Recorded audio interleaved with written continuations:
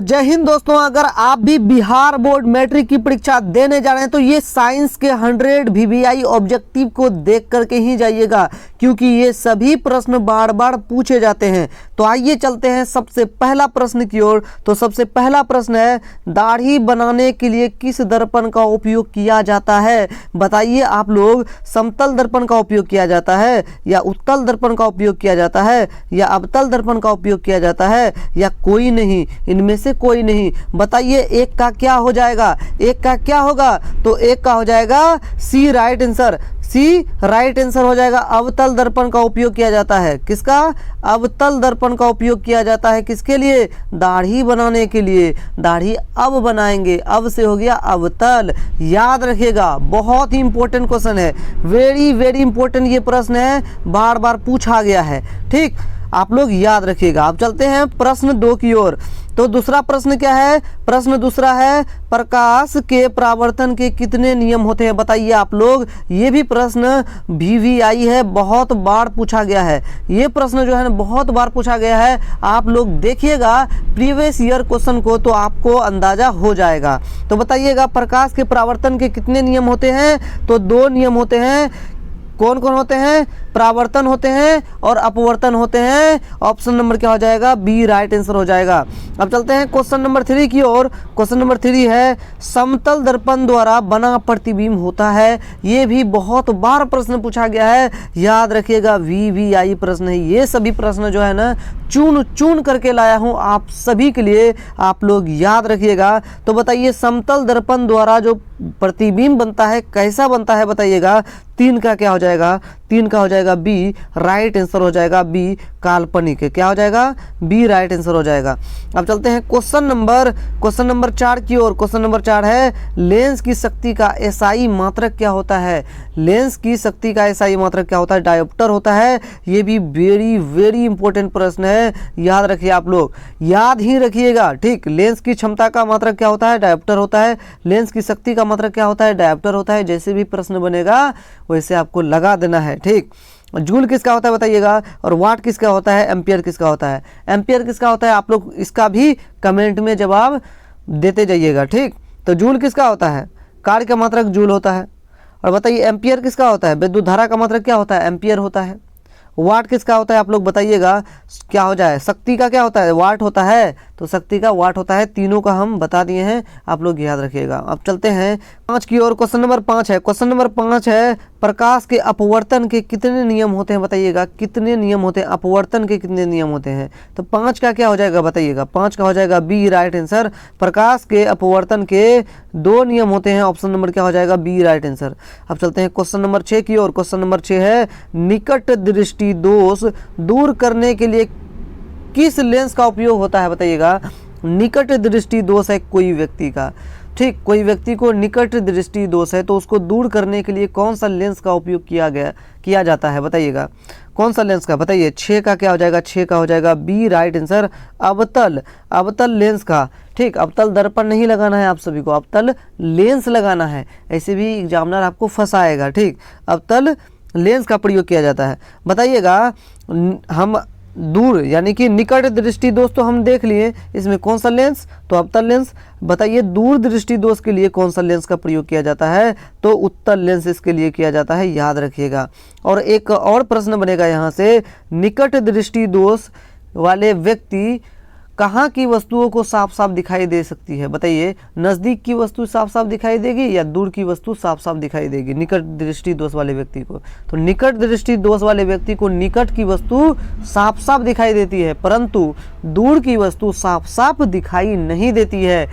इसीलिए ऐसे दोष को क्या कहते हैं? निकट दृष्टि दोष कहते हैं। और दूर दृष्टि दोष क्या होता है? दूर की वस्तु साफ साफ दिखाई देती है परंतु निकट की वस्तु साफ साफ दिखाई नहीं देती है। ऐसे दोष को क्या कहा जाता है? बताइए। तो क्या कहा जाता है? दूरदृष्टि दोष कहा जाता है। तो निकट दृष्टि दोष पूछा गया था। निकट दृष्टि दोष क्या है? निकट की वस्तु साफ साफ दिखाई देती है, दूर की वस्तु साफ साफ नहीं दिखाई देती है, और ऐसे ही दोष को क्या कहा जाता है? निकट दृष्टि दोष कहा जाता है। याद तो हो गया होगा। और निकट दृष्टि दोष के लिए हम अवतल लेंस का प्रयोग करते हैं। देखिए इसको याद कैसे रखेंगे? निकट में देखो 3 अक्षर आ रहा है ना, 3 अक्षर, तो सोल्यूशन 4 अक्षर वाला होगा, वो तो लो अब तल होगा 4 अक्षर वाला सोल्यूशन। तो 4 वर्ड वाला सोल्यूशन, देखो 4 वर्ड है ना, अब तल में कितने हैं, 4 वर्ड है, और निकट में है 3 वर्ड, 3 वर्ड वाला जाएगा 4 वर्ड के पास, तो निकट दृष्टि दोष जिसको होगा वो अवतल लेंस के पास जाएगा। अब दूर दृष्टि दोष, दूर में कितने वर्ड हैं, देखो 1 है और ये 2 है, 2 वर्ड है कि नहीं, 2 वर्ड है, यानी कि 2 वर्ण है। तो बताइए 2 वर्ण है, दूर में कितने वर्ण है, 2 वर्ण है, और 2 वर्ण में उत्तल 2 का सॉल्यूशन 3 हो जाएगा, उत्तल लेंस का प्रयोग किया जाएगा। ठीक, उत्तल लेंस का प्रयोग किया जाता है। ठीक, तो याद रखना है दूर दृष्टि दोष, तो दूर में 2 गो वर्ण है। ठीक, और इसके लिए 3 सॉल्यूशन उत्तल लेंस हो जाएगा। तो 2 आएगा 3 के पास, 2 आएगा 3 के पास, इसे भी याद रखिएगा। अब चलते हैं क्वेश्चन नंबर 7 की ओर। क्वेश्चन नंबर 7 है, एक स्वच्छ आंख के लिए दूर बिंदु होता है, दूर बिंदु अनंत होता है, और निकट बिंदु बोले तो निकट बिंदु 25 सेंटीमीटर। ऑप्शन नंबर क्या हो जाएगा, ए राइट आंसर। लेकिन यहाँ क्वेश्चन क्या पूछा गया है, क्वेश्चन पूछा गया है एक स्वस्थ आंख के लिए दूर बिंदु होता है तो अनंत, option number D right answer हो जाएगा। अब चलते हैं क्वेश्चन नंबर 8 की ओर। क्वेश्चन नंबर 8 है, क्वेश्चन नंबर 8 है, क्या है क्वेश्चन नंबर 8, क्वेश्चन नंबर 8 है, श्वेत प्रकाश जब प्रिज्म से गुजरता है तो किस रंग का विचलन सबसे अधिक होता है, बताइएगा। तो विचलन किसका अधिक होता है, तरंगदैर्घ्य तो लाल का होता है, तरंगदैर्घ्य पूछे तो लाल रंग का तरंगदैर्घ्य सबसे अधिक होता है, लेकिन यहाँ विचलन पूछा गया है, तो 8 का बताइए क्या होगा, 8 का हो जाएगा सी बैगनी कलर, 8 का हो जाएगा सी बैगनी कलर का क्या होता है, विचलन अधिक होता है। अब चलते हैं क्वेश्चन नंबर 9 की ओर। विद्युत धारा मापने वाले यंत्र को कहते हैं, क्या कहते हैं, तो धारा माप रहा है, तो धारा कौन मापता है बताइएगा।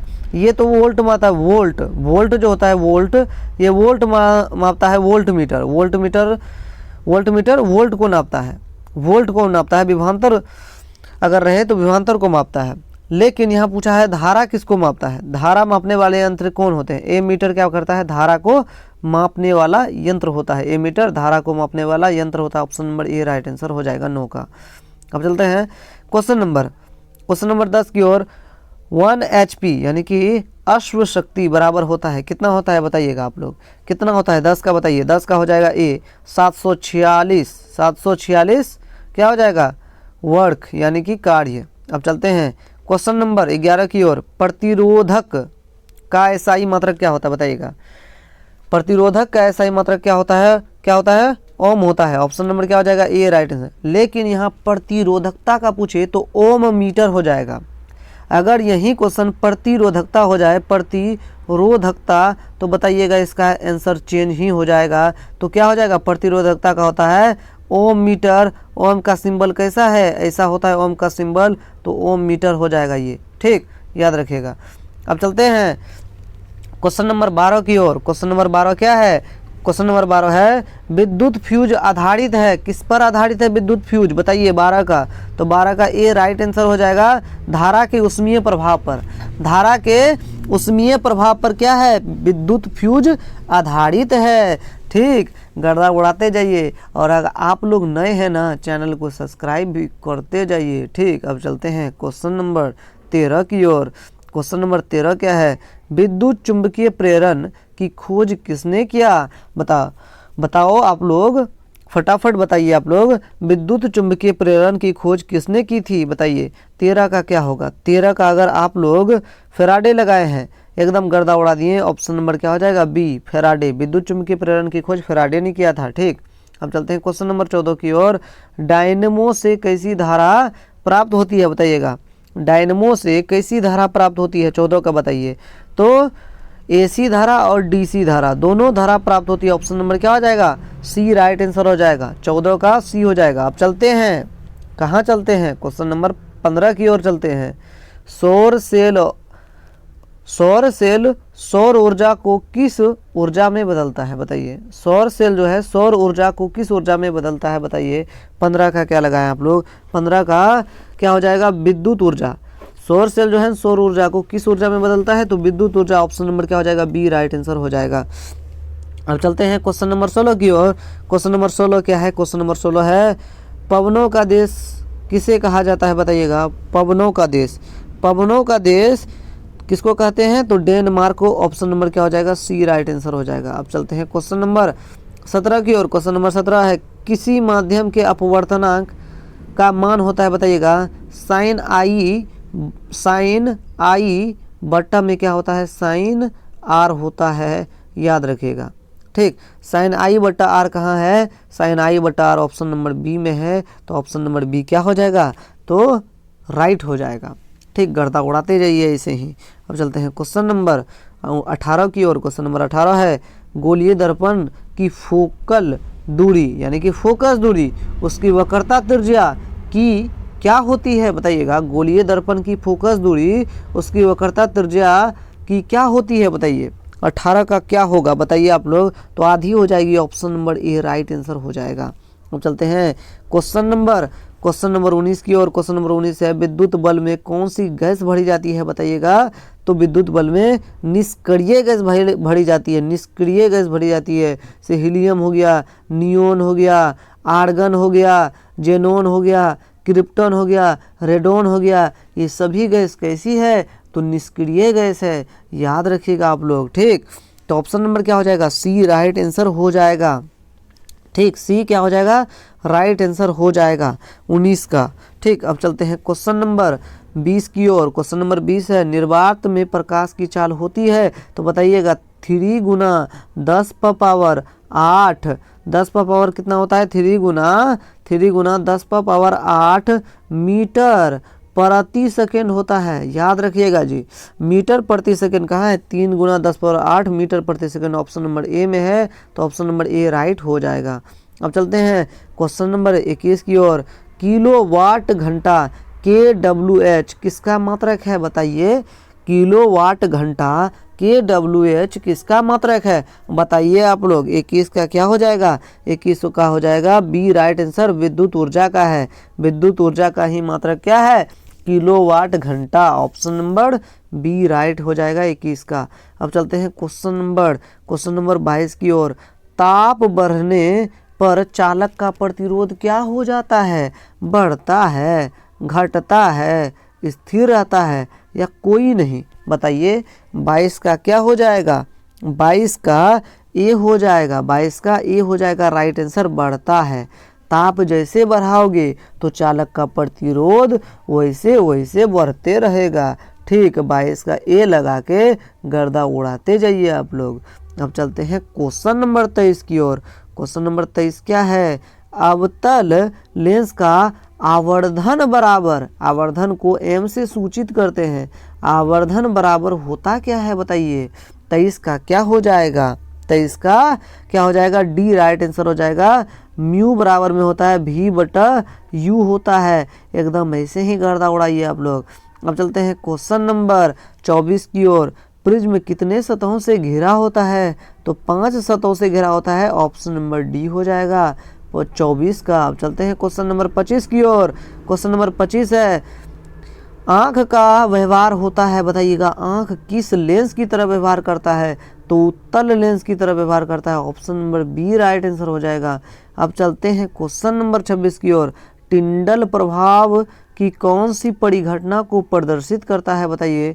परावर्तन को करता है, अपवर्तन को करता है, विक्षेपण को करता है, या परिकर्णन को करता है, बताइए। 26 का क्या होगा, 26 का लगाइए आप लोग, क्या होगा। 26 का हो जाएगा डी राइट आंसर, क्या हो जाएगा, 26 का हो जाएगा डी परिकीर्णन, तो ऑप्शन नंबर क्या हो जाएगा, डी हो जाएगा 26 का राइट आंसर।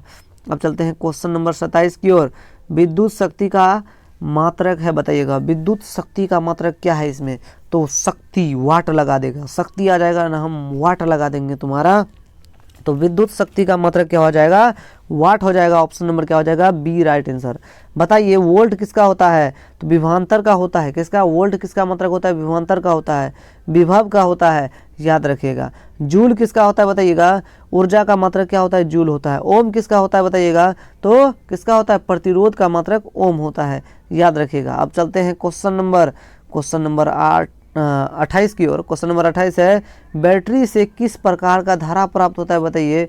तो बैटरी से डायरेक्ट करंट यानी कि डीसी धारा प्राप्त होता है, या AC धारा प्राप्त होता है, अल्टरनेटिव करंट, या इनमें से या दोनों, या कोई नहीं। बताइए बैटरी से किस प्रकार का धारा प्राप्त होता है? 28 का बताइए। 28 का हो जाएगा ए, दृष्ट धारा, जिसको कहते हैं DC, और इसका जो फुल फॉर्म होता है, D का मतलब होता है डायरेक्ट और C का मतलब होता है current, direct current. Option number क्या हो जाएगा? ए राइट आंसर हो जाएगा 28 का। अब चलते हैं क्वेश्चन नंबर 29 की ओर। क्वेश्चन नंबर 29 है, लोहे को जिंक से लेपित करने की क्रिया को क्या कहते हैं? लोहे को जब जिंक से लेपित करने की क्रिया को क्या कहते हैं? तो क्या कहते हैं इसको?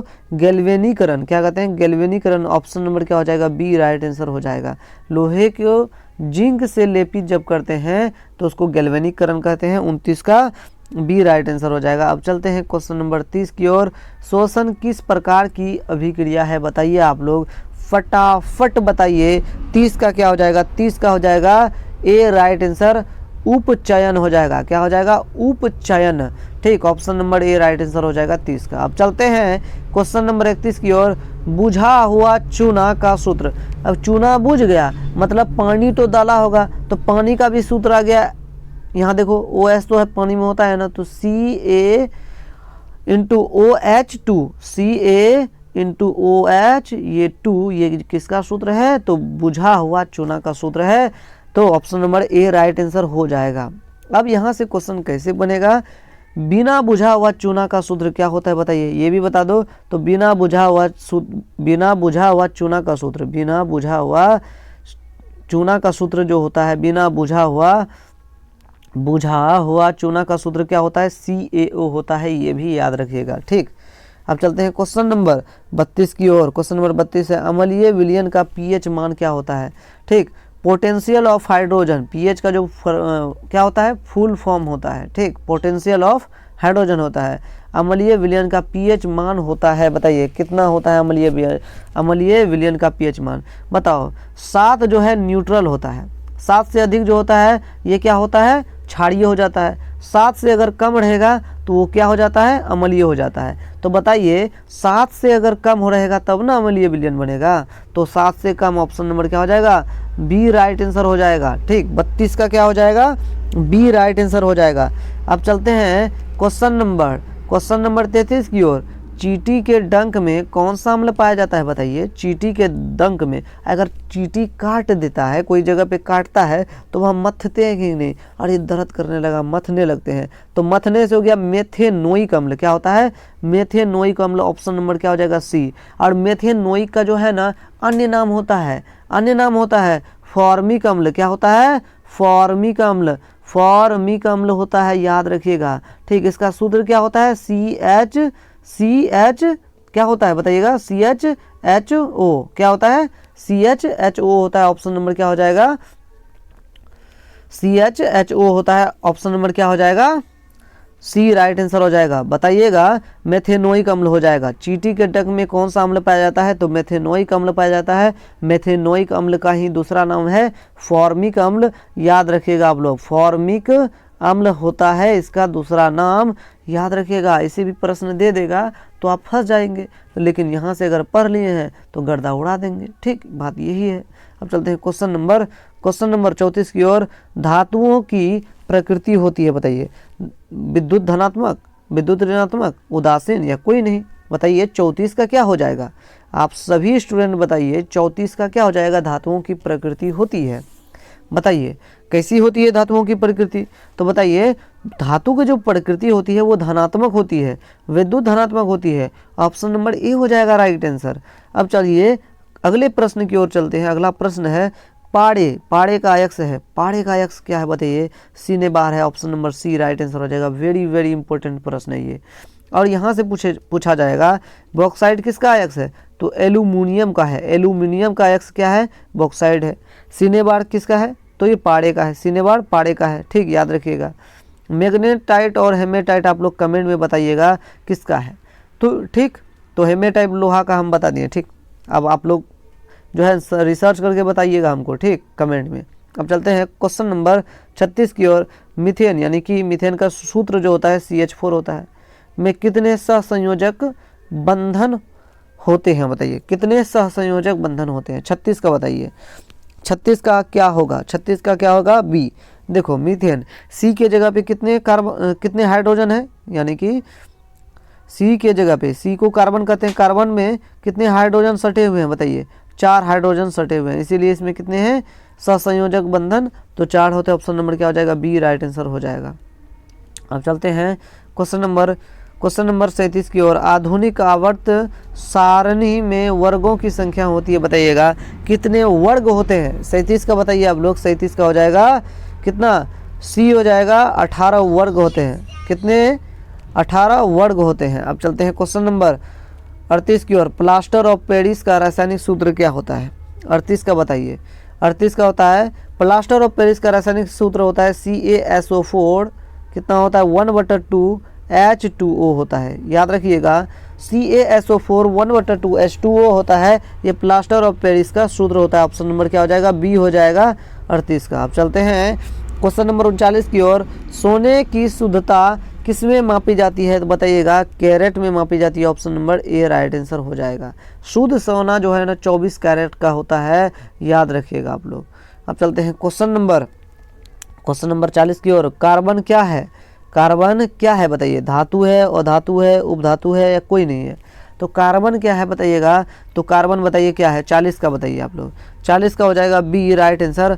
कार्बन एक अधातु है, ऑप्शन नंबर बी हो जाएगा राइट आंसर। क्वेश्चन नंबर है 41।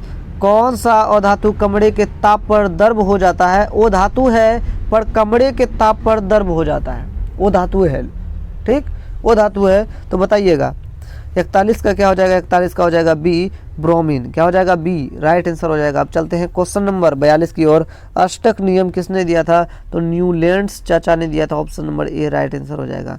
अब चलते हैं क्वेश्चन नंबर 43 की ओर। लिटमस पत्र किससे प्राप्त होता है बताइए, किससे प्राप्त होता है, तो लाइकेन से होता है। Option number A right answer हो जाएगा, ठीक। अब चलते हैं क्वेश्चन नंबर 44 की ओर। सिल्वर क्लोराइड का रंग कैसा होता है बताइएगा, सिल्वर क्लोराइड का रंग कैसा होता है बताइए, तो श्वेत होता है। Option number A right answer हो जाएगा। अब चलते हैं क्वेश्चन नंबर 45 की ओर। नीला थोथा यानी कि तूतिया का रासायनिक सूत्र क्या होता है बताइए। नीला थोथा यानी कि तूतिया का रासायनिक सूत्र होता है CuSO4 इंटू में 5H2O होता है। ये जो होता है ना नीला थोथा का होता है, यानी तूतिया का होता है। Option number A right answer, option number A right answer 45 का। अब चलते हैं क्वेश्चन नंबर 46 है। क्वेश्चन नंबर 46 क्या है, बेकिंग पाउडर का अनुसूत्र क्या है बताइए। बेकिंग पाउडर का अनुसूत्र होता है NaHCO3 होता है, क्या होता है, NaHCO3। ऑप्शन नंबर क्या हो जाएगा, सी राइट आंसर हो जाएगा। अब चलते हैं क्वेश्चन नंबर 47 की ओर। Question number 47। अक्रिय तत्व कौन है बताइएगा, हीलियम है। कौन है, हीलियम। ऑप्शन नंबर क्या हो जाएगा, बी राइट आंसर। याद रखिएगा हीलियम हो गया, लिथियम हो गया, बेरॉन हो गया, जेनॉन हो गया, रेडॉन हो गया, ये सब क्या है, अक्रिय तत्व है। आप चलते हैं क्वेश्चन नंबर 48 की ओर।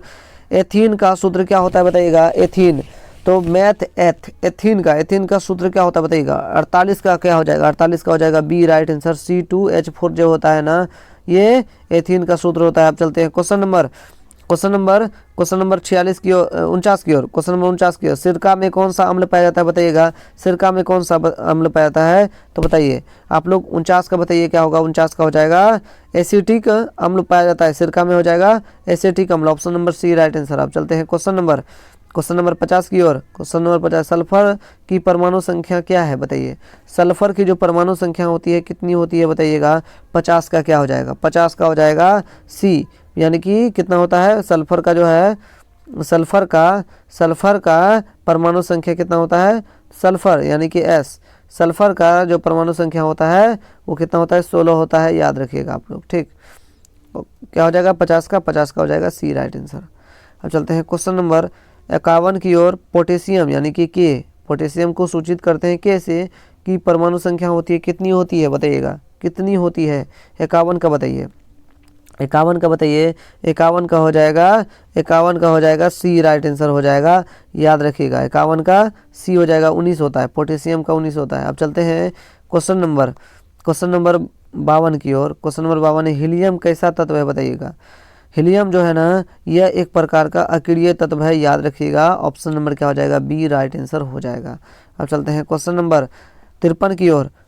पादप में जाइलम उत्तरदायी है। बताइए जाइलम क्या करता है, पादप यानी कि पेड़ पौधे में जो जाइलम होता है क्या कार्य करता है वो, ठीक।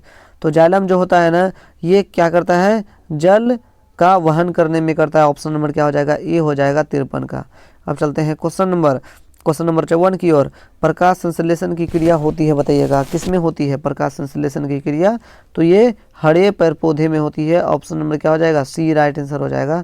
अब चलते हैं क्वेश्चन नंबर 55 की ओर। क्वेश्चन नंबर 55 क्या है, मनुष्य के आहार नाल में अवशेषी अंग है, बताइएगा क्या अवशेषी अंग है आहार नाल में, तो बताइएगा आप लोग क्या है 55 का, बताइए 55 का हो जाएगा, क्या हो जाएगा, B right answer appendix. Appendix क्या है, मनुष्य के आहार नाल में अवशेषी अंग है। ऑप्शन नंबर क्या हो जाएगा इसका, बी राइट आंसर हो जाएगा, याद रखिएगा। अब चलते हैं क्वेश्चन नंबर 56 की ओर।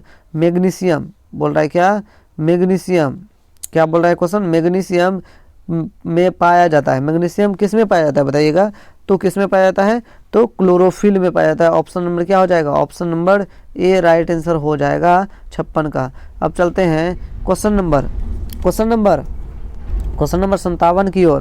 क्वेश्चन नंबर 57 की ओर। इंसुलिन की कमी से कौन सा रोग होता है, बताइए आप लोग, इंसुलिन की कमी से कौन सा रोग होता है, तो मधुमेह रोग होता है। ऑप्शन नंबर क्या हो जाएगा, सी राइट आंसर हो जाएगा, सी राइट आंसर हो जाएगा। आप लोग ये बताइए कि घेंघा किसके कारण होता है, तो किसके कारण होता है, आयोडीन की कमी से। आयोडीन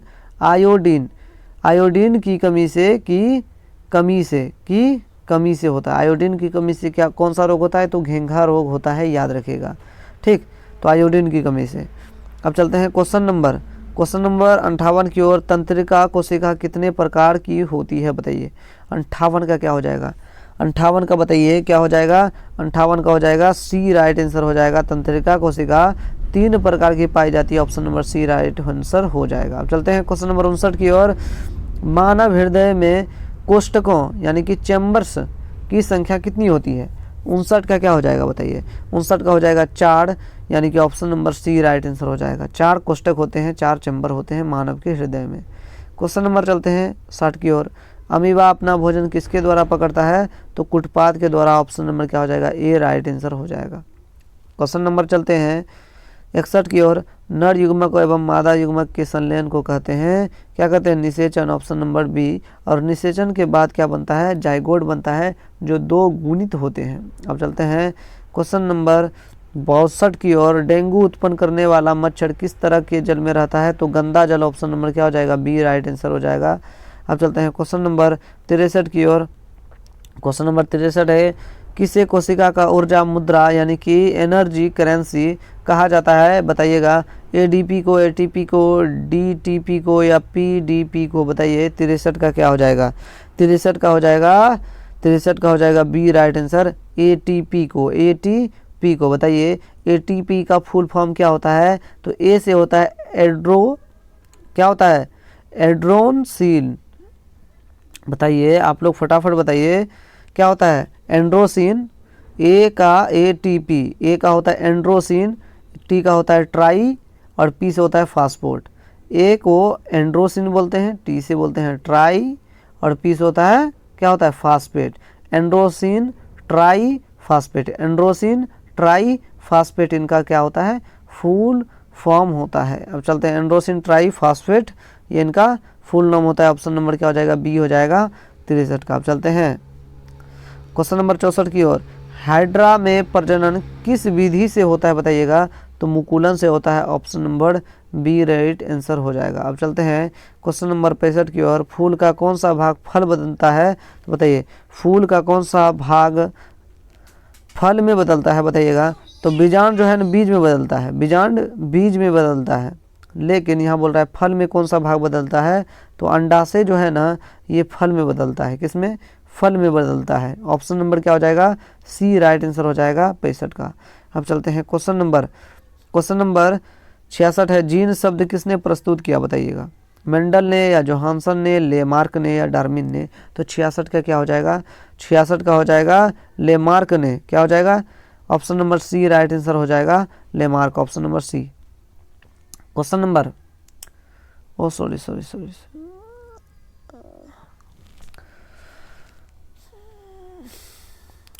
क्वेश्चन नंबर चलते हैं क्वेश्चन नंबर 66 की ओर। क्वेश्चन नंबर 66 है, जीन शब्द किसने प्रस्तुत किया है?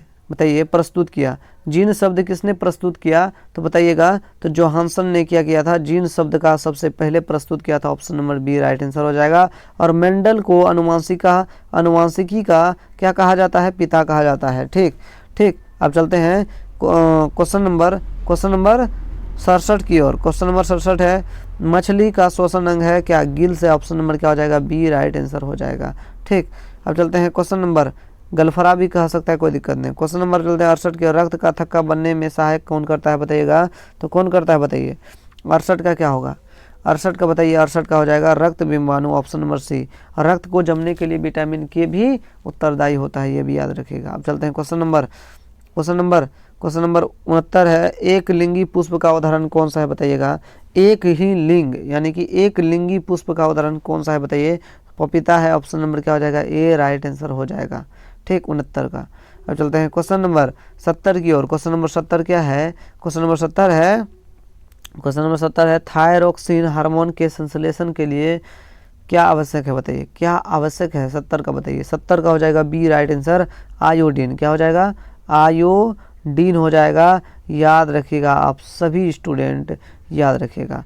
ऑप्शन नंबर क्या हो जाएगा? बी राइट आंसर हो जाएगा 70 का।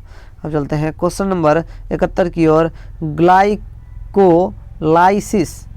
की प्रक्रिया संपन्न होती है। क्या है? ग्लाइकोलाइसिस की प्रक्रिया संपन्न होती है। कहाँ होती है? केंद्रक में, कोशिका द्रव में, माइटोकॉन्ड्रिया में या क्लोरोप्लास्ट में? बताइएगा, क्या हो जाएगा? 71 का क्या हो जाएगा? 71 का फटाफट बताइए। तो 71 का हो जाएगा बी, कोशिका द्रव में। कोशिका द्रव में, option number B right answer. Glycolysis की प्रक्रिया संपन्न होती है कोशिका द्रव में। ऑप्शन नंबर क्या हो जाएगा? बी राइट आंसर हो जाएगा। अब चलते हैं क्वेश्चन नंबर 72 की ओर। अनुवांशिकी के पिता किसे कहा जाता है? तो मेंडल को कहा जाता है। Option number A right answer हो जाएगा। डार्विन ने क्या कहा था? डार्विन का थ्योरी क्या था? बताइएगा आप लोग। ठीक, उपार्जित लक्षणों का वंशागति सिद्धांत किसने दिया था? उपार्जित लक्षणों की वंशागति सिद्धांत डार्विन ने दिया था, याद रखिएगा। अब चलते हैं क्वेश्चन नंबर 73 की ओर। क्वेश्चन नंबर 73 है, ओजोन के एक अणु में ऑक्सीजन के कितने परमाणु होते हैं? बताइए। ओजोन का सूत्र सबसे पहले बताइए। O3 होता है। कितना होता है? O3 होता है। यहाँ ऑक्सीजन के कितने परमाणु होते हैं? ओजोन के एक अणु में ऑक्सीजन के कितने परमाणु होते हैं? तो बताइए आप लोग। 73 का क्या लगाए हैं? 73 का क्या हो जाएगा? सी हो जाएगा। ऑक्सीजन 3 दिखाई दे रहा है, तो ऑक्सीजन क्या हो जाएगा? परमाणु भी 3। Option number C right answer. Question number चलते हैं 74 की ओर। पारिस्थितिकी तंत्र में ऊर्जा का स्रोत होती है। बताइएगा, सूर्य प्रकाश। ऑप्शन नंबर क्या हो जाएगा? बी राइट आंसर हो जाएगा। अब चलते हैं क्वेश्चन नंबर 75 की ओर। क्वेश्चन नंबर 75 क्या है? क्वेश्चन नंबर 75 है, स्वपोषी पोषण के लिए आवश्यक है। बताइए, स्वपोषी पोषण के लिए आवश्यक क्या है? बताइए, क्या है? इनमें से सभी, यानी कि पर्णहरित चाहिए, सूर्य का प्रकाश चाहिए और CO2 भी चाहिए। तो इनमें से सभी, ऑप्शन नंबर क्या हो जाएगा? डी राइट आंसर हो जाएगा 75 का। 75 का क्या हो जाएगा? डी हो जाएगा। 75 का डी हो जाएगा। अब चलते हैं क्वेश्चन नंबर 76 की ओर। क्वेश्चन नंबर 76 है, मानव में डायलिसिस थैली है। तो बताइए, कहाँ है डायलिसिस थैली? तो नेफ्रॉन में। Option number A right answer, जिसको वृक्क किडनी कहा जाता है। क्वेश्चन नंबर चलते हैं 77 की ओर। रक्त क्या है? तो रक्त एक तरल क्या है? तरल संयोजी उत्तक है। क्या है? उत्तक है। क्या है? उत्तक है, यानी कि टिश्यू है। क्या है? उत्तक है, तरल संयोजी उत्तक है। रक्त क्या है? एक तरल संयोजी उत्तक है। याद रखिएगा आप लोग, रक्त क्या है? याद रखिए, फिर से याद रखिए, रक्त एक क्या है? तरल संयोजी उत्तक है। याद रखिएगा आप लोग। ठीक, और यहाँ क्या है पूछा है? रक्त क्या है? तरल संयोजी उत्तक। ऑप्शन नंबर क्या हो जाएगा? बी राइट आंसर हो जाएगा। अब चलते हैं, कहाँ चलते हैं? क्वेश्चन नंबर 78 की ओर चलते हैं। मस्तिष्क का कौन सा भाग शरीर की स्थिति का संतुलन बनाए रखता है? बताइएगा, कौन रखता है? 78 का बताइए आप लोग फटाफट। 78 का क्या हो जाएगा? 78 का क्या हो जाएगा? 78 का हो जाएगा सी, अनुमस्तिष्क। क्या हो जाएगा? अनुमस्तिष्क। ठीक, याद रखिएगा आप सभी स्टूडेंट, अनुमस्तिष्क हो जाएगा। याद रखिए, ऑप्शन नंबर क्या हो जाएगा? सी राइट आंसर हो जाएगा। अब चलते हैं क्वेश्चन नंबर 79 की ओर। किल्वन यानी कि फर्मेंटेशन क्रिया पाई जाती है, किल्वन की क्रिया पाई जाती है कहाँ पाई जाती है, किसमें, ईस्ट में। ऑप्शन नंबर क्या हो जाएगा, बी राइट आंसर हो जाएगा। ईस्ट में क्या होता है, किल्वन की प्रक्रिया होती है। अब चलते हैं क्वेश्चन नंबर 80 की ओर। प्राकृतिक चयन का सिद्धांत किसने दिया था बताइएगा। तो प्राकृतिक चयन का सिद्धांत किसने दिया, 80 का बताइए। 80 का हो जाएगा सी, डार्विन ने दिया था। किसने दिया था, डार्विन ने दिया था। डार्विन चाचा ने प्राकृतिक चयन का सिद्धांत दिया था। Option number C right answer हो जाएगा। क्वेश्चन नंबर है 81। किस दर्पण की फोकस दूरी ऋणात्मक होती है बताइए। कौन सी ऐसी दर्पण है जिसकी फोकस दूरी ऋणात्मक होती है। समतल दर्पण है या अवतल दर्पण या उत्तल दर्पण या कोई नहीं है। बताइए 81 का क्या होगा। 81 का हो जाएगा आपका बी राइट आंसर, अवतल दर्पण। अवतल दर्पण की जो फोकस दूरी होती है वो क्या होती है, ऋणात्मक होती है। अब चलते हैं क्वेश्चन नंबर 82 की ओर। क्वेश्चन नंबर 82 है, स्पेक्ट्रम प्राप्त करने के लिए किसका उपयोग होता है बताइएगा। किसका उपयोग होता है स्पेक्ट्रम प्राप्त करने के लिए। तो 82 का बताइए। 82 का हो जाएगा डी, प्रिज्म का प्रयोग करते हैं, जिसमें प्रिज्म से होकर 7 रंगों में विभक्त हो जाती है सूर्य की प्रकाश। जब प्रिज्म से होकर कोई भी प्रकाश गुजरती है, अगर सूर्य की प्रकाश अगर प्रिज्म से होकर गुजरेगी तो 7 रंगों में विभक्त हो जाएगी। ठीक, तो स्पेक्ट्रम प्राप्त होता है। ठीक, ऑप्शन नंबर क्या हो जाएगा, डी राइट आंसर हो जाएगा 82 का। अब चलते हैं क्वेश्चन नंबर 83 की ओर। 1 एम्पियर यानी कि 1 एम्पियर बराबर होता है बताइए, किसके बराबर होता है 1 एम्पियर। 83 का बताइए। 83 का क्या लगाए हैं, सी राइट आंसर हो जाएगा 1000 माइक्रो एम्पियर। 1000 क्या हो जाएगा, 1000। ऑप्शन नंबर क्या हो जाएगा, सी राइट आंसर हो जाएगा 1000 MA। ठीक, याद रखिएगा। अब चलते हैं क्वेश्चन नंबर 84 की ओर। घरों में विद्युत से दुर्घटना किसके कारण होती है बताइएगा। घरों में विद्युत से दुर्घटना किसके कारण होता है, तो शॉर्ट सर्किट के कारण। ऑप्शन नंबर क्या हो जाएगा, बी राइट आंसर हो जाएगा 84 का बी। अब चलते हैं क्वेश्चन नंबर 85 की ओर। क्वेश्चन नंबर 85 क्या है, फ्लेमिंग के वाम हस्त नियम में अंगूठा किसकी दिशा संकेत करता है बताइए। 85 का सी हो जाएगा, बल की दिशा। 85 का सी हो जाएगा। अब चलते हैं क्वेश्चन नंबर 86 की ओर। ग्लोबल क्या है, 86 क्या है, ग्लोबल वार्मिंग के लिए उत्तरदायी गैस क्या होते हैं बताइएगा आप लोग फटाफट। 86 का, तो 86 का हो जाएगा सी, CO2। CO2 गैस जो होता है ना, CO2 गैस जो होता है ये ग्लोबल वार्मिंग के लिए उत्तरदायी गैस होता है। सबसे जो खतरनाक गैस होता है कार्बन डाइऑक्साइड होता है इसका नाम। क्वेश्चन नंबर है 87। काली चूना पर जब जल डाला जाता है तो अभिक्रिया होती है। काला चूना था, उसमें जब जल डाल दिए तो कौन सी अभिक्रिया हुआ, उष्माक्षेपी, उष्माशोषी या विस्फोटक या कोई नहीं। बताइए क्या हो जाएगा, 87 का बताइए आप लोग फटाफट। 87 का हो जाएगा ये राइट आंसर, उष्मक्षेपी। क्या हो जाएगा, उष्मक्षेपी। ऑप्शन नंबर क्या हो जाएगा, ये राइट आंसर हो गया। एकदम गर्दा उड़ा दिए फिर से। अब चलते हैं क्वेश्चन नंबर 88 की ओर, 88 की ओर। सिल्वर आयोडाइड का रंग कैसा होता है, तो पीला होता है। ऑप्शन नंबर क्या हो जाएगा, बी राइट आंसर हो जाएगा।